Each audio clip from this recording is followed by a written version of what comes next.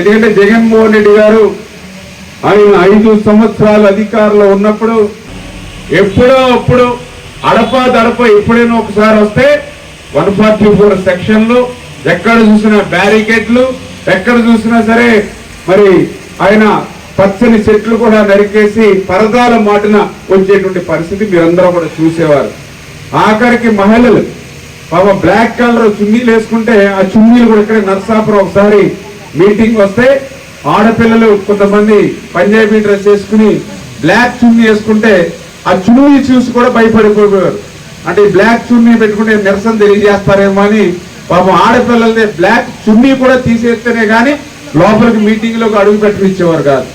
అటువంటి నియంత్రితమైన నిరంకుశత్వంగా ఆ రోజు జగన్మోహన్ రెడ్డి పాలించినటువంటి పరిస్థితి ఇవన్నీ కూడా మనం మర్చిపోలేనటువంటివి. అందుకే అటువంటివి జగన్మోహన్ రెడ్డి ఆ పాలనలో ఆయన ఒక్కటే ఆలోచించాడు. ఈ 5 సంవత్సరాల పరిపాలనలో ఈ రకంగా శాండ్, మైన్, లిక్కరు, ల్యాండ్ ఇవన్నీ దోచుకున్నాం. మళ్ళీ ఇంకొకసారి మనం అధికారంలోకి వస్తే రాష్ట్రంలో దోచుకోవడానికి ఏమీ ఉండవు కాబట్టి ప్రజల ఆస్తులను దోచుకోవాలనే ఆ రోజు ల్యాండ్ టైటిలింగ్ యాక్ట్ తీసుకొచ్చాడు. ఆ ల్యాండ్ టైటిలింగ్ యాక్ట్ నిజంగా ఈ రోజు మళ్ళీ ఏదైనా తప్పు జారైన ప్రభుత్వం వచ్చి ఉంటే ఆ ల్యాండ్ టైటిలింగ్ యాక్ట్ ఈ రోజు అమలు అయి ఉండేది. ల్యాండ్ టైటిలింగ్ యాక్ట్ అమలు అవుతే మాకేంటని మీరు అనుకోవచ్చు. ఈవేళ మీ అందరికీ ఇల్లు ఉంది, మీకు చాలా మందికి పొలాలు ఉండొచ్చు, లేదా కొంతమందికి ఇంటి స్థలాలు ఉండొచ్చు. కానీ ఆ ల్యాండ్ టైటిలింగ్ యాక్ట్ కనుక అమలు అవుతే మీ పొలాల మీద, మీ ఇంటి స్థలాల మీద, మీరుండే ఇల్లు మీద ఎక్కడ కూడా మీకు హక్కులు ఉండవు.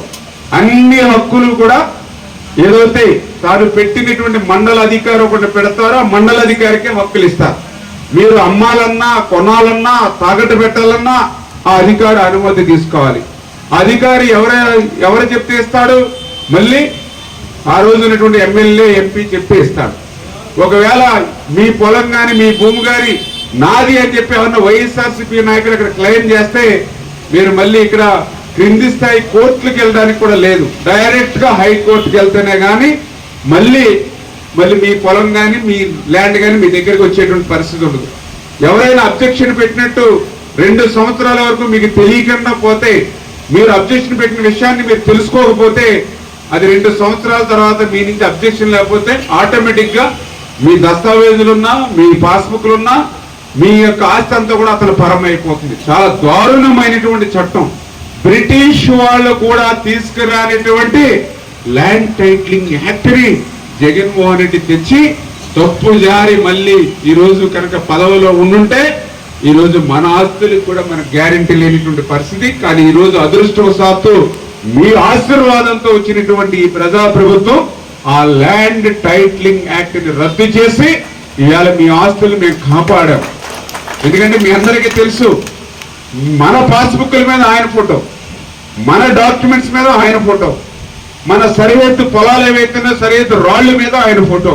ఆయనకి ఏం పని అంటే రేపు నా బిడ్డ అన్నట్టుగా మళ్ళీ నా బిడ్డ అని చెప్పి మన ఆస్తి కూడా ఆయన లాక్కునేటువంటి ప్రయత్నంలో అదంతా ఒక భాగం. మరి ఎలా అంటే ఈ ప్రభుత్వం ప్రజాప్రభుత్వం వచ్చాక, మన ప్రభుత్వం వచ్చాక ఇట్లా ఒక్కొక్కటి కూడా మీ మేలు కొరకు, మీ మంచి కొరకు నిర్ణయాలు తీసుకుంటూ ఉన్నాం. అదేవిధంగా రేపు చూశారు మీరందరూ కూడా అన్నా క్యాంటీన్లు. ఈ రోజే ఆగస్టు 15వ తేదీ చంద్రబాబు నాయుడు గారు అన్నా క్యాంటీన్ ఈ రోజు ప్రారంభించారు. రేపు రాష్ట్ర వ్యాప్తంగా అన్ని చోట్ల కూడా అన్నా క్యాంటీన్లు ప్రారంభిస్తూ ఉన్నాం. పేదవాడికి ఉదయం 5 రూపాయలు పెడితే అల్పాహారం టిఫిన్, మధ్యాహ్నం 5 రూపాయలు పెడితే భోజనం, సాయంత్రం 5 రూపాయలు పెడితే భోజనం. ఏమొస్తుంది వేళ 5 రూపాయలకి? ఒక టీ కూడా రావట్లేదు 5 రూపాయలు. మన మార్కెట్లోకి వెళ్తే 5 రూపాయలు. ఒక వాటర్ ప్యాకెట్ తాగాలంటే రూపాయి అవుతూ ఉంది. మనకు ఒక ప్యాకెట్ తాగితే తీరక 4 ప్యాకెట్లు దొరుకుంటే 5 రూపాయలు అయిపోతుంది. ఈవేళ అవి వాటర్ బాటిల్, ఇది 20 రూపాయలు వాటర్ బాటిల్. మరి ఈవేళ మీకు 5 రూపాయలకి అన్నం పెడుతూ ఉన్నారు అన్నా క్యాంటీన్. 5 రూపాయలకి అన్నం అంటే రోజుకి పొద్దుట, మధ్యాహ్నం, సాయంత్రం 3 పూట్ల 3 5 15 రూపాయలు పెడితే రోజంతా కూడా పేదవాడు కడుపు నింపేటువంటి అన్నా క్యాంటీన్. ఏం పాపం చేశారని పేదవాళ్ళు ఆ రోజు 2019 అధికారంలోకి వచ్చిన వెంటనే రద్దు చేశాడు. పేదవాడు కడుపు నిండా తినకూడదా? భవన కార్మికుడు కడుపు నిండా తినకూడదా? ఆటో కార్మికుడు కడుపు నిండా తినకూడదా? మీ గ్రామం నుంచి పనుల నిమిత్తమో వ్యాపారాల నిమిత్తమో హాస్పిటల్ నిమిత్తమో పాలకులు వచ్చి ఆ ఒక్క హోటల్కి వెళ్ళి 150-200 రూపాయలు పెట్టి భోజనం చేయలేకపోతే 5 రూపాయలు పెట్టి మీరు భోజనం చేసి మీ కడుపు నింపుకోకూడదా? అంటే ఎంత దుర్మార్గంగా నిరంకుశత్వంగా ఆయన వ్యవహరించాడు. ఇలా చెప్పుకుంటూ పోతే చాలా సమయం పడుతుంది. వాళ్ళ దుర్మార్గాలు చెప్పాలంటే సమయం లేదు. ఇప్పటికే పాపం ఆలస్యమైంది. మళ్ళీ మీరందరూ కూడా ఇళ్ళకి వెళ్ళాలి, మళ్ళీ వంటలు చేసుకోవాలి. ఇవన్నీ చాలా మీ అందరికీ పాపం మహిళలకి ఎక్కువ పనులు ఉంటాయి. మళ్ళీ ఇంకొక గంట లేట్ అవుతే మళ్ళీ మా వాళ్ళు వచ్చి ఇప్పుడు దాకా ఇంకా కూర ఉండలేదని మళ్ళీ మా వాళ్ళు ఆవేశం వ్యక్తం చేస్తారు. వచ్చే సమయం కూడా ఇది 5-6 అంటే నాకు తెలుసుండి ట్యాప్ వాటర్ వస్తుంది. అంచేది ఇవన్నీ మీకు పనులు ఉంటాయి కాబట్టి ఎక్కువ సమయం తీసుకోవట్లేదు.